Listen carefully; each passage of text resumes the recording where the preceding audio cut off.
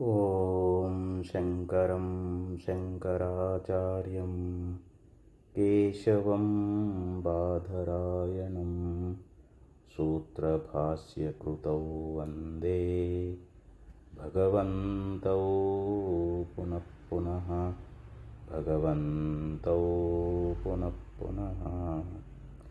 ಶ್ರೀಮಚ್ಛಂಕರ ಭಗವತ್ಪಾದಾಚಾರ್ಯರ ಜಗದ್ಗುರು ಸಿದ್ಧಾರೂಢ ಮಹಾಸ್ವಾಮಿಗಳವರ ಜಗದ್ಗುರು ಭಾರತೀ ಅಪ್ಪಾಜಿಯವರ ಪವಿತ್ರ ಚರಣಾರವಿಂದಗಳಲ್ಲಿ ಅನಂತಕೋಟಿ ಶಿರಸಾಷ್ಟಾಂಗ ಪ್ರಣಾಮವನ್ನು ಸಲ್ಲಿಸುತ್ತೇನೆ. ಶ್ರವಣಾಪೇಕ್ಷಾ ತಮ್ಮೆಲ್ಲರಿಗೂ ಅನೇಕ ಶರಣಾರ್ಥಿಗಳು. ವಿವೇಕ ಚೂಡಾಮಣಿ 553ನೇ ಶ್ಲೋಕ. ಜೀವನ್ನೇವ ಸದಾ ಮುಕ್ತಃ ಕೃತಾರ್ಥೋ ಬ್ರಹ್ಮವಿತ್ತಮಃ ಉಪಾಧಿನಾಶಾತ್ ಬ್ರಹ್ಮೈವ ಸನ್ ಬ್ರಹ್ಮಾಪ್ಯೇತಿ ನಿರ್ದ್ವಯಂ. ಆಚಾರ್ಯರು ಈ ಶ್ಲೋಕದಲ್ಲಿ ಬಹಳ ಸುಂದರವಾದ ವಿಚಾರವನ್ನು ಉಪದೇಶ ಮಾಡ್ತಾ ಇದ್ದಾರೆ. ಜೀವನ್ನೇವ ಸದಾ ಮುಕ್ತಃ ಕೃತಾರ್ಥೋ ಬ್ರಹ್ಮವಿತ್ತಮಃ ಉಪಾಧಿನಾಶಾತ್ ಬ್ರಹ್ಮೈವ ಸನ್ ಬ್ರಹ್ಮಾಪ್ಯೇತಿ ನಿರ್ದ್ವಯಂ. ಬ್ರಹ್ಮವಿತ್ತಮಃ, ಬ್ರಹ್ಮಜ್ಞಾನಿಗಳಲ್ಲಿ ಶ್ರೇಷ್ಠನಾಗಿರತಕ್ಕಂಥವನು. ನಾವು ಬ್ರಹ್ಮಸ್ವರೂಪವನ್ನು ಯಥಾರ್ಥವಾಗಿ ಅರಿತುಕೊಂಡಾಗ ಮಾತ್ರ ನಮ್ಮ ಜನ್ಮದ ಸಾಫಲ್ಯತೆ ಎನ್ನುವಂತಾಗುತ್ತದೆ. ಬ್ರಹ್ಮವನ್ನು ಅರಿತಿರ್ತಕ್ಕಂಥ ಮಹಾತ್ಮರು ನಮಗೆ ದೊರಕುವುದು ಬಹಳ ವಿರಳ. ಯಾಕಂದರೆ ಆ ಬ್ರಹ್ಮ ಸ್ವರೂಪವನ್ನು ಅರಿಯುವುದು ಅಷ್ಟು ಸುಲಭವಾದದ್ದಲ್ಲ. ಅದು ನಿರಾಕಾರವಾಗಿರತಕ್ಕಂಥದ್ದು, ನಿರ್ಗುಣವಾಗಿರತಕ್ಕಂಥದ್ದು. ಅಂಥ ಸ್ವರೂಪವನ್ನು ನಾವು ಅಪರೋಕ್ಷ ಮಾಡಿಕೊಳ್ಳಬೇಕಾಗಿತ್ತು ಅಂತಂದರೆ ನಾವು ಗುರು ಸನ್ನಿಧಾನದಲ್ಲಿದ್ದುಕೊಂಡು ಸಾಧನ ಚತುಷ್ಟಯ ಸಂಪತ್ತಿ ಉಳ್ಳವರಾಗಿ ಸದಾ ಬ್ರಹ್ಮದ ಅನುಸಂಧಾನವನ್ನು ಮಾಡ್ತಾ ಆ ಪರಬ್ರಹ್ಮ ಸ್ವರೂಪವೇ ನಾನಿದ್ದೀನಿ ಎನ್ನುವಂಥ ಆ ನಿಶ್ಚಯ ಜ್ಞಾನವನ್ನು ನಾವು ಮಾಡಿಕೊಳ್ಬೇಕಾಗ್ತದೆ. ಅದಕ್ಕೆ ಇಲ್ಲಿ ಪರಬ್ರಹ್ಮ ಸ್ವರೂಪದ ಜ್ಞಾನವನ್ನು ಮಾಡಿಕೊಂಡಿರ್ತಕ್ಕಂಥ ಯಾವ ಬ್ರಹ್ಮಜ್ಞಾನಿಗಳಲ್ಲಿ ಯಾರು ಶ್ರೇಷ್ಠರಾಗಿರ್ತಕ್ಕಂಥವರಾಗಿದ್ದಾರೋ ಅವರು ಜೀವನ್ ಏವ ಸದಾ ಮುಕ್ತ, ಅವರು ಬದುಕಿರುವಾಗಲೇ ನಿತ್ಯ ಮುಕ್ತರಾಗಿದ್ದಾರೆ ಅಂತ. ಅಂದರೆ ಈ ಮುಕ್ತಿ ಎನ್ನುವಂಥದ್ದು ಕೆಲವರು ಸತ್ತ ಮೇಲೆ ಆಗ್ತದೆ ಅಂತ ಹೇಳ್ತಾರೆ. ಅದು ಅಲ್ಲ. ಯಾಕೆಂದರೆ ಇಲ್ಲಿ ಜೀವನ್ಮುಕ್ತನಾಗಿರ್ತಕ್ಕಂಥ ಮಹಾಪುರುಷ ಅವನು ಯಾವಾಗಲೂ ಮುಕ್ತನೇ ಅದಾನ. ಅವನಿಗೆ ಯಾವತ್ತೂ ಬಂಧನ ಅನ್ನುವಂಥದ್ದು ಬಂದಿಲ್ಲ. ಯಾವ ಕಾಲದಲ್ಲಿಯೂ ಕೂಡ ಅವನು ಮುಕ್ತ ಸ್ವರೂಪನೇ ಅದಾನ ಅಂತ. ಆದರೆ ಇಲ್ಲಿ ಜೀವರುಗಳು ಈ ಉಪಾಧಿಯನ್ನೇ ಸತ್ಯ ಅಂತ ತಿಳ್ಕೊಂಡಾರ. ಈ ದೇಹಾದಿ ಉಪಾಧಿಗಳೇ ತಾನು ಅಂಥೇಳಿ ಅದರೊಳಗೆ ತಾದಾತ್ಮ್ಯವುಳ್ಳವರಾಗಿದ್ದಾರೆ. ಅದರಿಂದಲೇ ಅವರಿಗೆ ಈ ಸಂಸಾರ ದುಃಖ ಅನ್ನುವಂಥದ್ದು ಪ್ರಾಪ್ತಿಯಾಗಿದೆ. ಜನನ ಮರಣಕ್ಕೊಳಗಾಗಿದ್ದಾರೆ. ಅದರಿಂದ ಬಿಡುಗಡೆಯನ್ನು ಹೊಂದಬೇಕಾಗಿತ್ತು ಅಂತಂದರೆ ಜ್ಞಾನವನ್ನು ಮಾಡಿಕೊಳ್ಬೇಕು. ಆತ್ಮಜ್ಞಾನ ಮಾಡಿಕೊಂಡಾಗ ಮಾತ್ರ ನಾವು ಈ ಭವಸಾಗರದಿಂದ ಮುಕ್ತರಾಗ್ತಾ ಇದ್ದೀವಿ. ಅದಕ್ಕೆ ಇಲ್ಲಿ ಯಾವ ಆಚಾರ್ಯರು ಬಹಳ ಸುಂದರವಾದ ಮಾತನ್ನು ಹೇಳ್ತಾ ಇದ್ದಾರೆ. ಇಲ್ಲಿ ಜೀವನ್ ಏವ ಅಂತ ಹೇಳಿದರು. ಅಂದರೆ ಬದುಕಿರುವಾಗಲೇ ನಾವು ಯಾವಾಗ ಸದ್ಗುರುಗಳಿಂದ ತತ್ವಮಸಿ ಮಹಾವಾಕ್ಯದ ವಿಚಾರವನ್ನು ಮಾಡ್ತಾ ಇದ್ದೇವೆಯೋ, ತತ್ವಂಪದದ ಶೋಧನೆಯನ್ನು ಮಾಡಿದಾಗ ಇಲ್ಲಿ ಜೀವನು ಬ್ರಹ್ಮನೇ ಇದ್ದಾನೆ, ಜೀವನು ಬ್ರಹ್ಮಕ್ಕಿಂತ ಬೇರೆಯಲ್ಲ. ಯಾಕಂದರೆ ಅನೇಕ ಶ್ರುತಿಗಳು ಕೂಡ ನಮಗೆ ಬೋಧ ಮಾಡ್ತಾ ಇದ್ದಾವೆ. ಅಶಬ್ದಮಸ್ಪರ್ಶಮರೂಪಮವ್ಯಯಂ ತಥಾ ರಸಂ ನಿತ್ಯವಗಂಧವಚಯತ್ ಅನಾದ್ಯನಂತಂ ಮಹತಃ ಪರಂ ಧ್ರುವಂ ನಿಚಾಯ ತನ್ಮೃತ್ಯು ಮುಖಾತ್ ಪ್ರಮುಚ್ಯತೆ. ನೋಡ್ರಿ, ಇಲ್ಲಿ ಶ್ರುತಿ ಎನ್ನುವಂಥದ್ದು ಅಶಬ್ದಂ, ಅಸ್ಪರ್ಶಂ, ಅರೂಪಂ, ಅಗಂಧಂ, ಅರಸಂ ಹೀಗೆ ಹೇಳ್ತದೆ. ಅಂದರೆ ಯಾವುದು ಶಬ್ದರಹಿತವಾಗಿದೆಯೋ, ಸ್ಪರ್ಶರಹಿತವಾಗಿದೆಯೋ, ರೂಪರಹಿತವಾಗಿದೆಯೋ, ರಸರಹಿತವಾಗಿದೆಯೋ, ಗಂಧರಹಿತವಾಗಿದೆಯೋ ಆ ವಸ್ತು ಅನ್ನುವಂಥದ್ದು ಅದು ನಿತ್ಯವಾಗಿರ್ತಕ್ಕಂಥದ್ದು, ಅದು ಅನಾದಿ ಅನಂತವಾಗಿರುವಂಥದ್ದು, ಅದು ಮಹತ್ತತ್ವಕ್ಕಿಂತಲೂ ಶ್ರೇಷ್ಠವಾಗಿರ್ತಕ್ಕಂಥದ್ದು, ನಿತ್ಯವಾಗಿರುವಂಥದ್ದು. ಅದನ್ನು ನಾವು ಎಲ್ಲಿ ಅರಿಬೇಕು ಅಂತಂದರೆ ನಮ್ಮ ಅಂತರಂಗದಲ್ಲಿ ನಾವು ಅರಿತುಕೊಳ್ಬೇಕು. ಅದನ್ನು ಯಾವನು ಅರಿತುಕೊಳ್ತಾ ಇದ್ದಾನೋ ಅವನು ಮೃತ್ಯುವಿನ ಮುಖದಿಂದ ಪಾರಾಗ್ತಾ ಇದ್ದಾನೆ. ಅಂದರೆ ನಮ್ಮ ಸ್ವರೂಪ ಅನ್ನುವಂಥದ್ದು ಶಬ್ದಸ್ಪರ್ಶ ರೂಪರಸಗಂಧರಹಿತವಾಗಿರತಕ್ಕಂಥದ್ದು, ಅದು ಪರಿಪೂರ್ಣವಾಗಿರತಕ್ಕಂಥ ವಸ್ತು. ಅಂಥ ನಿತ್ಯ ಶುದ್ಧ ಬುದ್ಧ ಮುಕ್ತ ಸ್ವರೂಪವಾಗಿರತಕ್ಕಂಥ ಬ್ರಹ್ಮತತ್ವವೇ ನಾವಾಗಿದ್ದೀವಿ. ಅದಕ್ಕೆ ಸಯೋಹ ವೈ ತತ್ಪರಮಂ ಬ್ರಹ್ಮವೇದ ಬ್ರಹ್ಮೈವ ಭವತಿ ನಾಸ್ಯಾ ಬ್ರಹ್ಮಿತ್ಕುಲೇ ಭವತಿ ತರತಿ ಶೋಕಂ ತರತಿ ಪಾಪ್ಮಾನಂ ಗುಹಾ ಗ್ರಂಥಿಭ್ಯೋ ವಿಮುಕ್ತೋ ಅಮೃತೋ ಭವತಿ ಅಂತ ಶ್ರುತಿ ನಮಗೆ ಬೋಧ ಮಾಡ್ತದೆ. ಇಲ್ಲಿ ಉತ್ತಮ ಜಿಜ್ಞಾಸುವಾಗಿರತಕ್ಕಂಥವನು ಸಮರ್ಥನಾಗಿರ್ತಕ್ಕಂಥ ಸದ್ಗುರುವಿನ ಬಳಿಗೆ ಹೋಗ್ತಾ ಇದ್ದಾನೆ. ಗುರುಗಳಿಂದ ಪರಬ್ರಹ್ಮ ಸ್ವರೂಪದ ಯಥಾರ್ಥ ಜ್ಞಾನವನ್ನು ಮಾಡಿಕೊಳ್ತಾ ಇದ್ದಾನೆ. ಅಂದರೆ ಜೀವನು ಬ್ರಹ್ಮಸ್ವರೂಪನೇ ಇದ್ದಾನೆ ಎನ್ನುವಂಥ ಈ ಯಥಾರ್ಥ ಜ್ಞಾನ ಅನ್ನುವಂಥದ್ದು ಇದು ಗುರುಗಳ ಉಪದೇಶಾನುಸಾರವಾಗಿ ಅವನ ಅನುಭವಕ್ಕೆ ಬರ್ತದೆ. ಹೆಂಗೆ ಒಂದು ಸಿಂಹದ ಮರಿ ಎನ್ನುವಂಥದ್ದು ಅದು ಕುರಿಗಳ ಸಂಘವನ್ನು ಮಾಡಿ, ಯಾಕಂದರೆ ಅದು ಒಂದು ಸಿಂಹ ಏನು ಮಾಡ್ತು, ಅದು ಗರ್ಭಿಣಿಯಾಗಿತ್ತು, ಹಳ್ಳವನ್ನು ದಾಟಿ ಜಿಗಿಯುವ ಸಂದರ್ಭದೊಳಗೆ ಅದಕ್ಕೆ ಪ್ರಸವೇದನೆಯಿಂದ ಅದು ಒಂದು ಮರಿಗೆ ಜನ್ಮವನ್ನು ಕೊಟ್ಟು ಸತ್ತು ಹೋಗಿಬಿಡ್ತು. ಒಬ್ಬ ಕುರಿಗಾರ ಏನು ಮಾಡಿದ ಅಂತಂದರೆ ಆ ಸಿಂಹದ ಮರಿಯನ್ನು ತಗೊಂಡು ಬಂದು ಅದನ್ನು ಸಾಕಿದ. ಆ ಕುರಿಗಳ ಜೊತೆಯಲ್ಲಿ ಆ ಸಿಂಹದ ಮರಿ ಎನ್ನುವಂಥದ್ದು ಬೆಳಿಲಿಕ್ಕೆ ಪ್ರಾರಂಭ ಆಯಿತು. ಆವಾಗದು ತಾನೂ ಕುರಿ ಅಂತ ತಿಳ್ಕೊಂಡ್ಬಿಡ್ತು.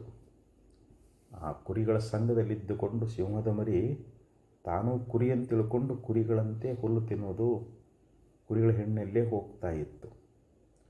ಒಂದು ದಿವಸ ಒಂದು ಸಿಂಹ ಅನ್ನುವಂಥದ್ದು ನೋಡ್ತಾ ಇದೆ, ನಮ್ಮ ಜಾತೀಯವಾಗಿರ್ತಕ್ಕಂಥ ಈ ಸಿಂಹದ ಮರಿ ಕುರಿಗಳ ಸಂಘವನ್ನು ಮಾಡಿ ತಾನೂ ಕುರಿ ಅಂತ ತಿಳ್ಕೊಂಡದ ಹುಲ್ಲು ತಿಂತದೆ. ಯಾಕಂದರೆ ಕುರಿಗಳನ್ನೇ ಬೇಟೆಯಾಡಿ ತಿನ್ನಬೇಕಿದು, ಅಂಥದ್ದಿದು ಮಾಂಸಾಹಾರಿ ಹುಲ್ಲು ತಿಂತಾ ಇದೆಯಲ್ಲ ಅಂಥೇಳಿ ಒಂದು ಸಲ ಅದನ್ನು ಕರೆದು ಹೇಳ್ತಾ ಇದೆ, ಅಲ್ಲಪ್ಪ ನೀನು ಸಿಂಹ ಅದಿ, ನೀನು ಕುರಿಗಳ ಸಂಘದಲ್ಲಿದ್ದುಕೊಂಡು ಕುರಿಗಳಂತೆ ನೀನು ಹುಲ್ಲು ತಿಂತಾ ಇದ್ದೀಯಲ್ಲ, ಬಾ ನಿನ್ನ ಜ್ಞಾನ ಮಾಡಿಕೊಡ್ತೀನಿ ಅಂಥೇಳಿ ಒಂದು ಬಾವಿ ದಳದಲ್ಲಿ ಕರ್ಕೊಂಡು ಬಂತು.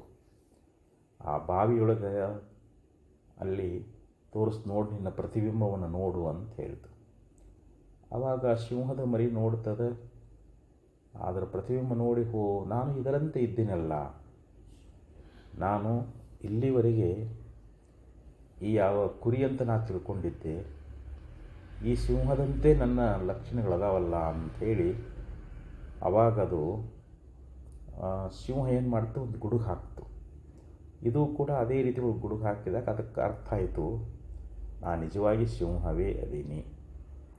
ನೋಡಿ, ಇವಾಗ ಮೊದಲು ಕುರಿ ಅಂತ ತಿಳ್ಕೊಂಡಿತ್ತು, ಈಗ ಸಿಂಹದ ಜ್ಞಾನವಾದ್ದರಿಂದ ನಾನು ಸಿಂಹ ಅನ್ನುವಂಥ ಜ್ಞಾನ ಆದ ಬಳಿಕ ಅದು ಹುಲ್ಲು ತಿಂತದೇನು ಅಂತಂದರೆ ಇಲ್ಲ.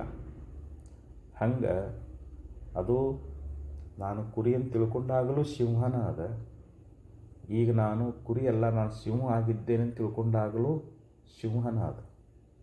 ಹಂಗೆ ಇಲ್ಲಿ ಜೀವನೂ ಕೂಡ ಈ ಬ್ರಹ್ಮವನ್ನು ಅರಿದಕ್ಕಿಂತ ಪೂರ್ವದಲ್ಲಿಯೂ ಕೂಡ ಬ್ರಹ್ಮವೇ ಅದಾನವನು. ಅಜ್ಞಾನ ಕಾಲದಲ್ಲಿಯೂ ಬ್ರಹ್ಮವೇ ಅದಾನ, ಜ್ಞಾನ ಮಾಡಿಕೊಂಡ ಬಳಿಕ ಅವನು ಬ್ರಹ್ಮವೇ ಆಗ್ತಾ ಇದ್ದಾನೆ. ಅದಕ್ಕಂದರೂ ಸಯೋಹ ವೈ ತತ್ ಪರಮಂ ಬ್ರಹ್ಮವೇದ ಬ್ರಹ್ಮೈವ ಭವತಿ. ಅಂದರೆ ಆ ಗುರುಗಳಿಂದ ಯಥಾರ್ಥವಾಗಿರ್ತಕ್ಕಂಥ ಸ್ವರೂಪದ ಒಂದು ಅರಿವನ್ನು, ಜ್ಞಾನವನ್ನು ಮಾಡಿಕೊಂಡ ಅಂತಂದರೆ ಬ್ರಹ್ಮೈವ ಭವತಿ. ಬ್ರಹ್ಮವೇದ ಬ್ರಹ್ಮೈವ ಭವತಿ. ಬ್ರಹ್ಮವನ್ನು ಅರಿತವನು ಬ್ರಹ್ಮವೇ ಆಗ್ತಾ ಇದ್ದಾನೆ ಅಂತ. ಅದಕ್ಕೆ ಹೇಳ್ತಾರೆ, ಆ ಬ್ರಹ್ಮವನ್ನು ಅರಿತ ಬಳಿಕ ಅವನಿಗೆ ಏನು ಒಂದು ಫಲ ಸಿಗ್ತದೆ ಅನ್ನೋದ್ರ ಬಗ್ಗೆನೂ ಕೂಡ ಹೇಳ್ತಾ ಇದ್ದಾರೆ. ನಾಸ್ಯಾ ಬ್ರಹ್ಮವಿತ್ಕುಲೇ ಭವತಿ. ಇವನ ಒಂದು ಕುಲದಲ್ಲಿ, ಇವನ ಒಂದು ವಂಶದಲ್ಲಿ, ಇವನ ಸಂಪ್ರದಾಯದಲ್ಲಿ ಎಲ್ಲರೂ ಬ್ರಹ್ಮವಿದರೇ ಆಗ್ತಾ ಇದ್ದಾರೆ. ಬ್ರಹ್ಮವನ್ನು ಅರಿತವರೇ ಇವನ ಕುಲದಲ್ಲಿ ಇರ್ತಾರೆ ಹೊರತು ಬ್ರಹ್ಮವನ್ನು ಅರಿಯದವರು ಯಾರೂ ಇರೋದಿಲ್ಲ ಅಂತ. ತರತಿ ಶೋಕಂ. ಇವನು ಶೋಕ ಸಾಗರವನ್ನು ದಾಟ್ತಾ ಇದ್ದಾನೆ. ಅಂದರೆ ಈ ಸಂಸಾರ ಇದು ಶೋಕದಿಂದ, ದುಃಖದಿಂದ ಕೂಡಿಕೊಂಡದ್ದು. ಆತ್ಮವಿತ್ ಶೋಕಂ ತರತಿ ಅಂತ ಚಾಂದೋಗ್ಯೋಪನಿಷತ್ನಲ್ಲಿ ಹೇಳಿದಂತೆ, ಯಾವನು ತನ್ನ ನಿಜಸ್ವರೂಪದ ಜ್ಞಾನವನ್ನು ಮಾಡಿಕೊಳ್ತಾ ಇದ್ದಾನೋ, ಆತ್ಮಜ್ಞಾನ ಮಾಡಿಕೊಳ್ತಾ ಇದ್ದಾನೋ, ಅವನೇ ಈ ಶೋಕ ಸಾಗರದಿಂದ ದಾಟ್ತಾನೆ ಅಂತೇಳಿ ಶ್ರುತಿ ಹೇಳುವುದರಿಂದ, ಈಗ ಇವನು ಈಗ ಅಜ್ಞಾನ ಕಾಲದೊಳಗೆ ನಾನು ಸಂಸಾರಿ, ನಾನು ದುಃಖಿ ಅಂತ ತಿಳ್ಕೊಂಡಿದ್ನಲ್ಲ, ಈ ಭವಸಾಗರದಲ್ಲಿ ಪುನಃ ಪುನಃ ಹುಟ್ಟಿ ಬರ್ತಾ ಇದ್ನಲ್ಲ, ಆ ಎಲ್ಲ ದುಃಖಗಳಿಂದ, ಎಲ್ಲ ತಾಪಗಳಿಂದ ಇವನು ಮುಕ್ತನಾಗಿ ಬಿಡ್ತಾ ಇದ್ದಾನೆ. ಅದಕ್ಕೆ ಇಲ್ಲಿ ಶೋಕಂ ತರತಿ, ಶೋಕವನ್ನು ದಾಟ್ತಾ ಇದ್ದಾನೆ, ದುಃಖಗಳಿಂದ ಬಿಡುಗಡೆಯನ್ನು ಹೊಂದ್ತಾ ಇದ್ದಾನೆ, ಮೃತ್ಯುವಿನ ಮುಖದಿಂದ ಪಾರಾಗ್ತಾನೆ ಅಂತ, ಜನ್ಮಗಳನ್ನು ಕಳ್ಕೊಳ್ತಾ ಇದ್ದಾನೆ. ತರತಿ ಶೋಕಂ ತರತಿ ಪಾಪ್ಮಾನಂ. ಇವನು ಜನ್ಮಾಂತರದಲ್ಲಿ ಮಾಡಿಕೊಂಡು ಬಂದಿರತಕ್ಕಂಥ ಅಥವಾ ಈ ಜನ್ಮದಲ್ಲಿ ಮಾಡಿರುವಂಥ ಸಮಸ್ತ ಪಾಪರಾಶಿಗಳು ನಾಶ ಆಗಿ ಹೋಗಿಬಿಡ್ತಾವೆ, ಎಲ್ಲ ಸುಟ್ಟು ಹೋಗಿಬಿಡ್ತಾ ಇದ್ದಾವೆ. ತರತಿ ಪಾಪ ಗುಹಾ ಗ್ರಂಥಿಭ್ಯೋ ವಿಮುಕ್ತೋ ಅಮೃತೋ ಭವತಿ. ಈ ಹೃದಯ ಗ್ರಂಥಿ ಎನ್ನುವಂಥದ್ದು ಇದು ಛೇದನಾಗಿ ಹೋಗಿಬಿಡ್ತದೆ. ಯಾಕಂದರೆ ಹೃದಯ ಗ್ರಂಥಿ ಅಂತಂದರೆ ಏನು? ಅಂತಃಕರಣದ ಧರ್ಮಗಳು, ಆತ್ಮನಲ್ಲಿ ಆತ್ಮನ ಧರ್ಮಗಳು ಅಂತಃಕರಣದಲ್ಲಿ ತೋರ್ತಾ ಇದ್ದಾವೆ. ಅವುಗಳೇ ನಾವಂತ ತಿಳ್ಕೊಂಡ್ವಿ. ಯಾಕಂದರೆ ನಾನು ಬೇರೆ ಇದ್ದೀನಿ, ಈ ಅಂತಃಕರಣಾದಿಗಳು ಇವು ನನಗಿಂತಲೂ ಭಿನ್ನದಾವು, ಇವುಗಳಿಗೆ ಸಾಕ್ಷಿ ನಾನಂತ ಅರಿಯದೆ ಆ ಅಂತಃಕರಣಾದಿಗಳಲ್ಲೇ ತಾದಾತ್ಮ್ಯವುಳ್ಳವನಾಗಿ ನಾನೇ ಕರ್ತ, ನಾನೇ ಭೋಕ್ತ, ನಾನೇ ಸುಖಿ, ನಾನೇ ದುಃಖಿ, ನೋಡಿರಿ ನಾನು ಹಸಿವು ತೃಷೆ ಉಳ್ಳವನು, ಹೀಗೆ ಅನೇಕ ರೀತಿಯಾಗಿರ್ತಕ್ಕಂಥ ಒಂದು ಭ್ರಾಂತಿಯಿಂದ ನಮಗೆ ಈ ಸಂಸಾರ ದುಃಖ ಅನ್ನುವಂಥದ್ದು ನಮಗೆ ಪ್ರಾಪ್ತಿಯಾಗಿದೆ. ಯಾವಾಗ ಭ್ರಾಂತಿ ನಿವೃತ್ತಿಯಾಯಿತು, ಅಧ್ಯಾಸ ನಿವೃತ್ತಿಯಾಯಿತು ಅಂತಂದರೆ ಆವಾಗ ಜೀವಭಾವವನ್ನು ಕಳ್ಕೊಳ್ತಾನೆ, ಹೃದಯ ಗ್ರಂಥಿ ಛೇದನ ಆಗ್ತದೆ. ಅಂದರೆ ಅನಾತ್ಮಗಳಲ್ಲಿರ್ತಕ್ಕಂಥ ಆತ್ಮತ್ವ ಬುದ್ಧಿ ಹೊರಟು ಹೋಗಿ ನಾನು ಶುದ್ಧ ಚೈತನ್ಯ ಸ್ವರೂಪನೇ ಎನ್ನುವಂಥ ಯಥಾರ್ಥ ಅಪರೋಕ್ಷದ ಅನುಭವವನ್ನು ಮಾಡಿಕೊಳ್ತಾ ಇದ್ದಾನೆ. ಅಂದರೆ ಅಪರೋಕ್ಷ ಜ್ಞಾನ ಇವನಿಗೆ ಆಗ್ತದೆ ಅಂತ. ಅದಕ್ಕೆ ವಿಮುಕ್ತ ಅಂದರೆ ಎಲ್ಲ ಬಂಧನಗಳಿಂದ ಇವನು ಬಿಡುಗಡೆ ಎನ್ನುವಂಥದ್ದು ಹೊಂದಿ ಅಮೃತ ಭವತಿ, ಅವನು ಅಮರನೇ ಆಗ್ತಾ ಇದ್ದಾನೆ, ಮೃತ್ಯುಪಾಶದಿಂದ ದೂರ ಆಗ್ತಾ ಇದ್ದಾನೆ ಅಂಥೇಳಿ ಉಪನಿಷತ್ತಿನಲ್ಲಿ ನಮಗೆ ಸುಂದರವಾದ ವಿಚಾರವನ್ನು ಹೇಳಿಕೊಂಡು ಬಂದರು. ಅದಕ್ಕೆ ಇಲ್ಲಿ ಜೀವನ್ ಏವ ಸದಾ ಮುಕ್ತ, ಅವನು ಬದುಕಿರುವಾಗಲೇ, ಮುಕ್ತಿ ಯಾವಾಗೋ ಸಿಗುತ್ತದಂತಲ್ಲ. ಯದಾ ಸರ್ವೇ ಪ್ರಮುಚ್ಯಂತೆ ಕಾಮ ಯಸ್ಯ ಹೃದಯಸ್ಥಿತಾ ಅತಮರ್ತ್ಯ ಅಮೃತೋ ಭವತಿ ಅತ್ರ ಬ್ರಹ್ಮ ಸಮಸ್ನುತೆ ಅಂತ ಶ್ರುತಿ ನಮಗೆ ಉಪದೇಶ ಮಾಡ್ತದೆ.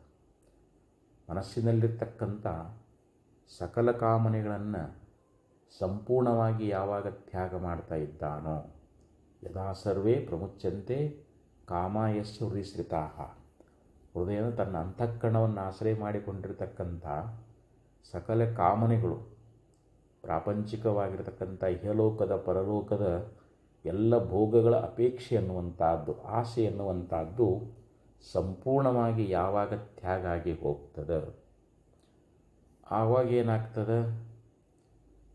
ಅತಮರ್ತ್ಯ ಅಮೃತೋ ಭವತಿ.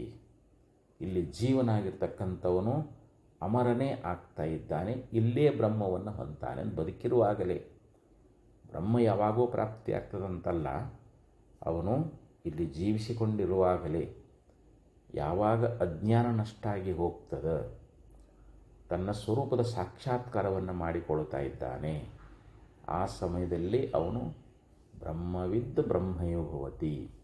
ಬ್ರಹ್ಮವನ್ನು ಅರಿತವನು ಬ್ರಹ್ಮವೇ ಆಗುತ್ತಾನೆ ಅಂತ ಶ್ರುತಿ ಹೇಳಿದ್ದರಿಂದ ಇಲ್ಲಿ ಜೀವಿಸಿಕೊಂಡಿರುವಾಗಲೇ, ಅವನು ಬದುಕಿರುವಾಗಲೇ ಅಂತಹ ಬ್ರಹ್ಮದ ಪ್ರಾಪ್ತಿಯನ್ನು ಮಾಡಿಕೊಂಡು, ಅಂದರೆ ಇದು ಪ್ರಾಪ್ಯ ಪ್ರಾಪ್ತಿ ಅಂತ, ಇದು ಅಪ್ರಾಪ್ಯ ಪ್ರಾಪ್ತಿಯಲ್ಲ.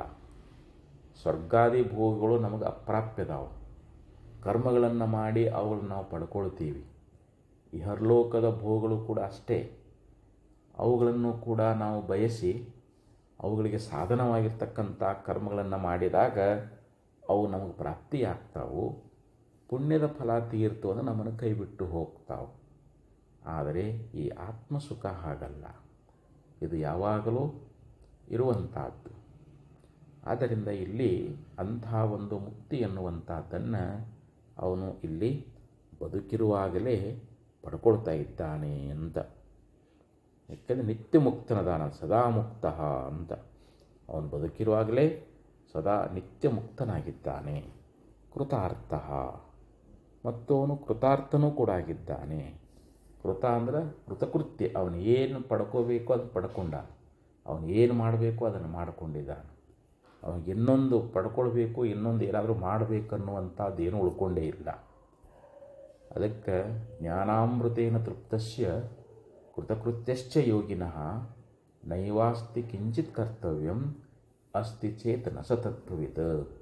ಒಂದು ಕಡೆಯಲ್ಲಿ ಮಹಾತ್ಮರು ಬಹಳ ಸುಂದರವಾಗಿ ಹೇಳಿದರು, ಯಾರು ಜ್ಞಾನವೆಂಬ ಅಮೃತವನ್ನು ಪಾನ ಮಾಡಿದಾರೋ ಅವರು ಕೃತಕೃತ್ಯರಾಗಿದ್ದಾರೆ ಅಂತ. ಅವರಿಗೆ ಮಾಡಬೇಕಾದದ್ದು ಏನೂ ಕರ್ತವ್ಯ ಇಲ್ಲ. ಒಂದು ವೇಳೆ ಅದೇ ಅಂತ ತಿಳ್ಕೊಂಡು ನಾ ಇನ್ನೂ ಮಾಡಬೇಕಪ್ಪ, ಯಜ್ಞ ಮಾಡಬೇಕು, ಯಾಗ ಮಾಡಬೇಕು, ತಪಸ್ಸು ಮಾಡಬೇಕು, ಏನಾದರೂ ಮಾಡೋದು ಐತಿ ಅಂತ ಅವ್ರು ತಿಳ್ಕೊಂಡಾರಂದ್ರೆ ಇನ್ನೂ ಅವರಿಗೆ ಸರಿಯಾಗಿ ಆತ್ಮಜ್ಞಾನ ಆಗಿಲ್ಲ ಅಂತ ತಿಳ್ಕೊಳ್ಬೇಕು.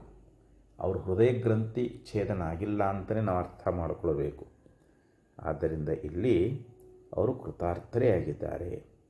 ಬ್ರಹ್ಮ ಏವ ಸನ್ ಅಂದರೆ ಅವರು ಬ್ರಹ್ಮವೇ ಆಗಿದ್ದುಕೊಂಡು ಉಪಾಧಿನಾಶಾತ್ ನಿರ್ದ್ವಯಂ ಬ್ರಹ್ಮ ಆಪ್ಪೇತಿ.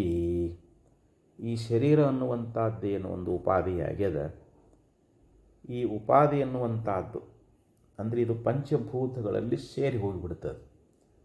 ಯಾವಾಗ ಪ್ರಾರಬ್ಧ ಭೋಗ ತೀರ್ತು ಅಂತಂದರೆ, ಜ್ಞಾನಿಗೂ ಕೂಡ ಪ್ರಾರಬ್ಧ ಭೋಗ ಅಂದರೆ ಅವನ ದೃಷ್ಟಿಯೊಳಗೆ ಪ್ರಾರಬ್ಧ ಭೋಗ ಅನ್ನೋದು ಇಲ್ಲವೇ ಇಲ್ಲ. ಪ್ರಾರಬ್ಧ ಕರ್ಮ ಅನ್ನುವಂಥದ್ದು ಅವನ ಸ್ವರೂಪತಃ ಅವನ ದೃಷ್ಟಿಯೊಳಗೆ ಇಲ್ಲವೇ ಇಲ್ಲ.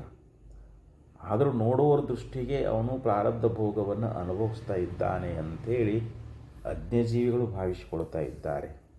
ಆದರೆ ವಾಸ್ತವಿಕವಾಗಿ ಅವನಿಗೆ ಈ ಯಾವ ಪ್ರಾರಬ್ಧ ಭೋಗ ಅನ್ನುವಂಥದ್ದು ಕೂಡ ಇಲ್ಲವೇ ಇಲ್ಲ.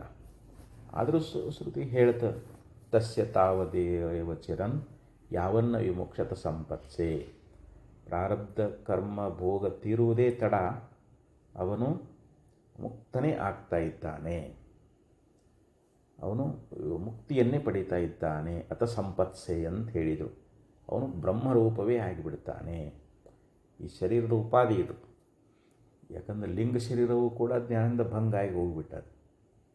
ಯಾವಾಗ ಈ ಸ್ಥೂಲ ಶರೀರವು ಕೂಡ ಪಂಚಭೂತಗಳಲ್ಲಿ ಹೋಗಿ ಸೇರಿಕೊಂಡಾಗ ಅವನು ಅದ್ವಯವಾಗಿರತಕ್ಕಂಥ ಬ್ರಹ್ಮವನ್ನೇ ಹೊಂದುತ್ತಾ ಇದ್ದಾನೆ. ಅದಕ್ಕೆ ಉಪಾಧಿನಾಶಾತ್ ಬ್ರಹ್ಮೈವ ಸನ್ ಬ್ರಹ್ಮಾಪ್ಪೇತಿ ನಿರ್ದ್ವಯಂ.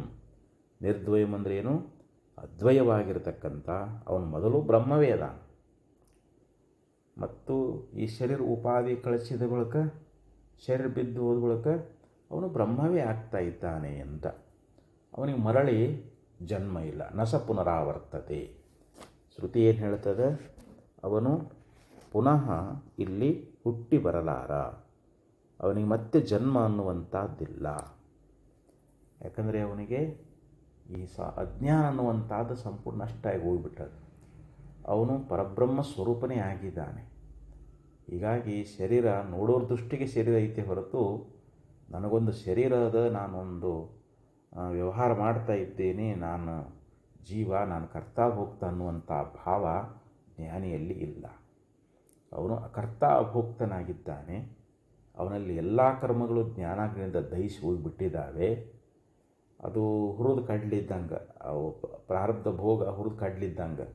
ಆ ಹುರಿದ ಮೇಲೆ ಕಡ್ಲಿ ತಿನ್ನಕ್ಕೆ ಬರ್ತಾವೆ ಹೊರತು ಬಿತ್ತಿದ್ರೆ ಅವು ಮೊಳಕೆ ಹೊಡೆಯಂಗಿಲ್ಲ, ಬೆಳೆಯುವುದಿಲ್ಲ.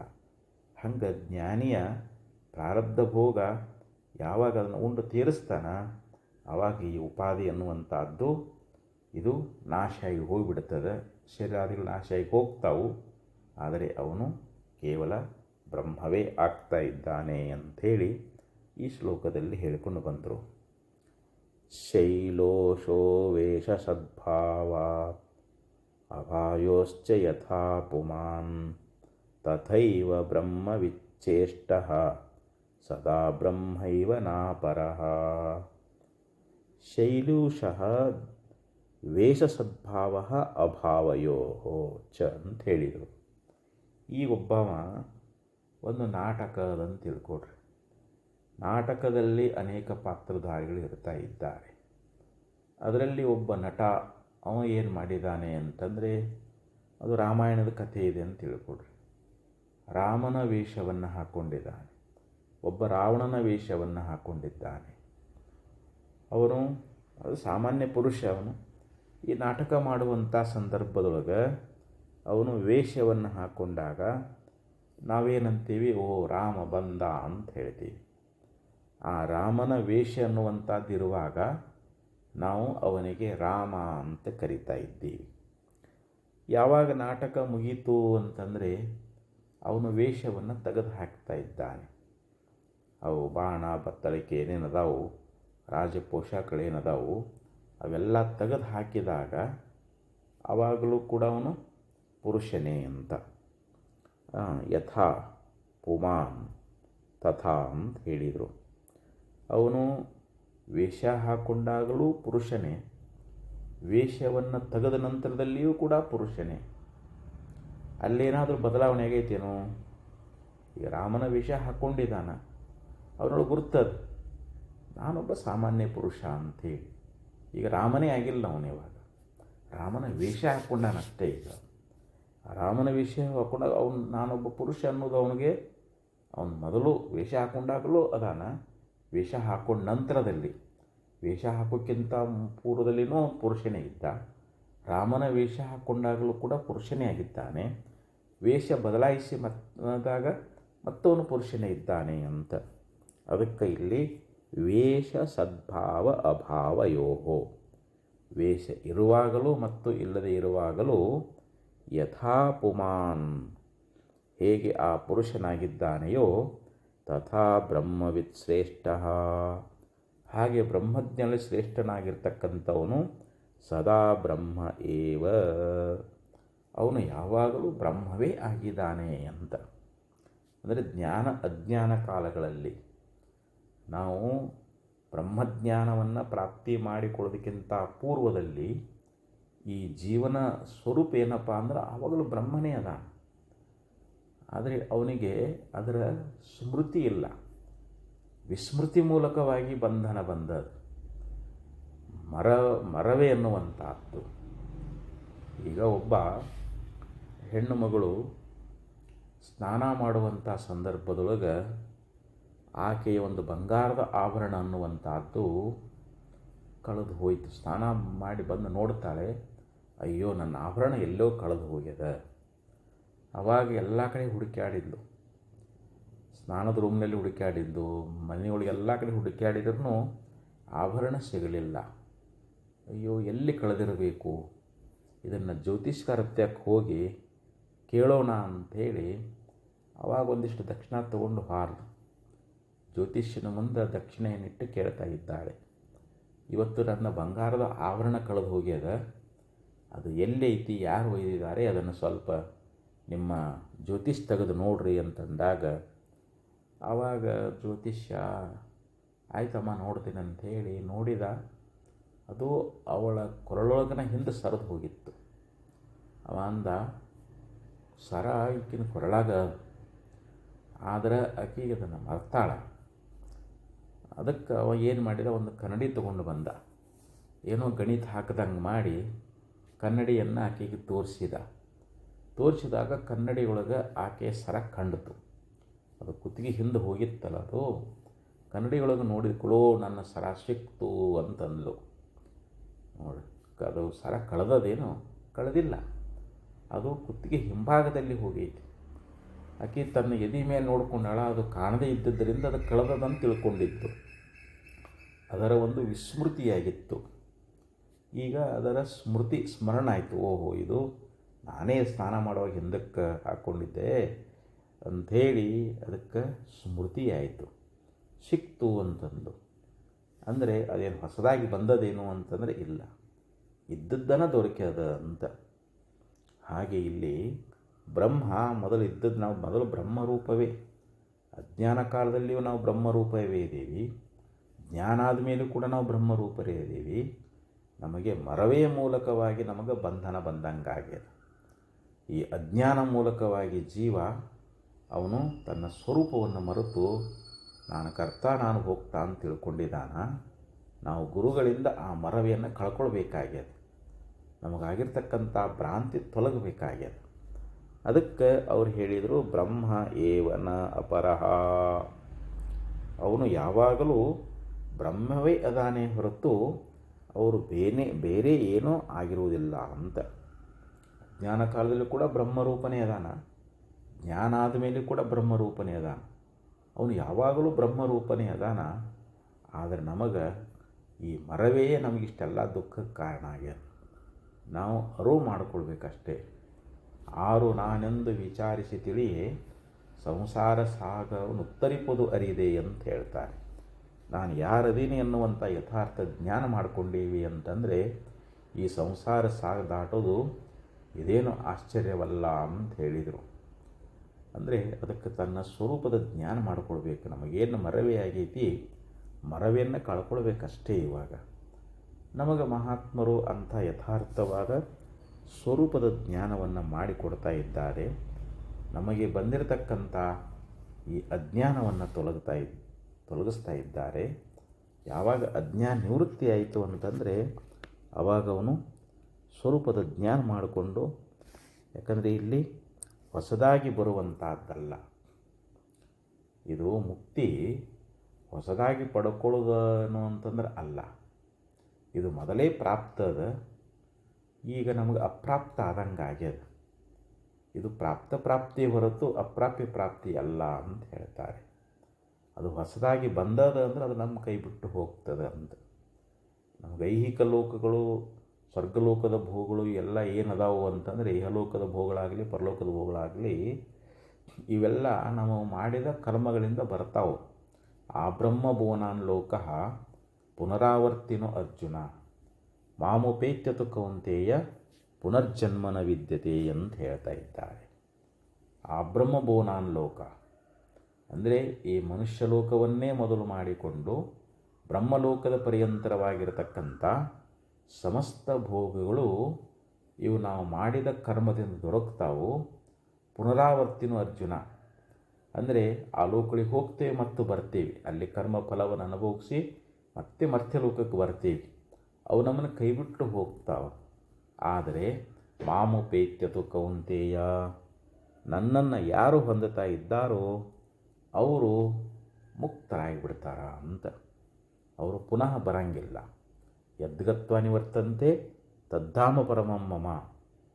ಯಾವ ಸ್ವರೂಪವನ್ನು ಹೊಂದಿದ ಬಳಿಕ, ಯಾವ ಬ್ರಹ್ಮತತ್ವವನ್ನು ಹೊಂದಿದ ಬಳಿಕ ಮತ್ತೆ ಪುನಃ ವಾಪಸ್ ಈ ಮರ್ತ್ಯಲೋಕದಲ್ಲಿ ಹುಟ್ಟಿ ಬರುವುದಿಲ್ಲ. ಅದು ನನ್ನ ಲೋಕ ಅಂತ ಹೇಳ್ತಾ, ಅದು ನನ್ನ ಸ್ವರೂಪ ಅಂತ ಭಗವಂತ ಹೇಳ್ತಾ ಇದ್ದಾನೆ. ತಿರುಗಿ ಬರಂಗಿಲ್ಲ ಅಂದರೆ ಅವನು ಬ್ರಹ್ಮೈವಸನ್ ಬ್ರಹ್ಮಾಪೇತಿ. ಅವನು ಬ್ರಹ್ಮವೇ ಅದಾನ, ಬ್ರಹ್ಮವನ್ನೇ ಪಡಿತಾ ಇದ್ದಾನೆ ಹೊರತು ಅವನಿಗೆ ಮತ್ತೆ ಜನ್ಮ ಅನ್ನುವಂಥದ್ದು ಇಲ್ಲ. ಆದ್ದರಿಂದ ಇಲ್ಲಿ ಎಲ್ಲ ಕಾಲದಲ್ಲಿಯೂ ಕೂಡ ಅವನು ಬ್ರಹ್ಮವೇ ಆಗಿದ್ದಾನೆ ಅಂಥೇಳಿ ಇಲ್ಲಿ ಬೇರೆ ಅವನು ಏನೂ ಆಗೋದಿಲ್ಲ. ಬ್ರಹ್ಮವನ್ನು ಅರ್ಥ ಅಂದರೆ ಬ್ರಹ್ಮವೇ ಆಗಿಬಿಡ್ತಾನೆ ಅನ್ನುವಂಥ ಮಾತನ್ನು ಈ ಶ್ಲೋಕದಲ್ಲಿ ಒಂದು ನಟನ ದೃಷ್ಟಾಂತವನ್ನು ಕೊಟ್ಟು, ನಟ ಹೇಗೆ ಮೊದಲೂ ಪುರುಷನೇ, ವೇಷ ಹಾಕ್ಕೊಂಡ ಬಳಕನೂ ಪುರುಷನೇ, ವೇಷ ತೆಗೆದ ಬಳಕನೂ ಪುರುಷನೇ ಹೆಂಗದಾನೋ ಹಾಗೆ ಇಲ್ಲಿ ಮೊದಲು ಅಜ್ಞಾನ ಕಾಲದಲ್ಲಿಯೂ ಜೀವ ಬ್ರಹ್ಮನೇ ಅದಾನ, ಮತ್ತು ಜ್ಞಾನ ಮಾಡ್ಕೊಂಡ ಮೇಲೆ ಇವನು ಬ್ರಹ್ಮವೇ ಆಗ್ತಾನೆ, ಕೊನೆಗೆ ದೇಹ ಬಿದ್ದು ಹೋದ ಮೇಲೆ ಇವನು ಬ್ರಹ್ಮವೇ ಆಗ್ತಾನೆ ಹೊರತು ಬ್ರಹ್ಮ ಬಿಟ್ಟು ಬೇರೆ ಏನೂ ಆಗೋದಿಲ್ಲ ಅನ್ನುವಂಥ ಮಾತನ್ನು ಈ ಶ್ಲೋಕದಲ್ಲಿ ಹೇಳ್ಕೊಂಡು ಬಂದಿದ್ದಾರೆ. ಮತ್ತೆ ನಾಳೆ ಈ ವಿಚಾರವನ್ನು ಮಾಡೋಣ ಅಂತ ಹೇಳ್ತಾ ಈ 4 ಅರ್ಪಿಸಿ ವಿರಾಮ ಮಾಡ್ತಾ ಇದ್ದೇನೆ. ಓಂ ತತ್ಸತ್.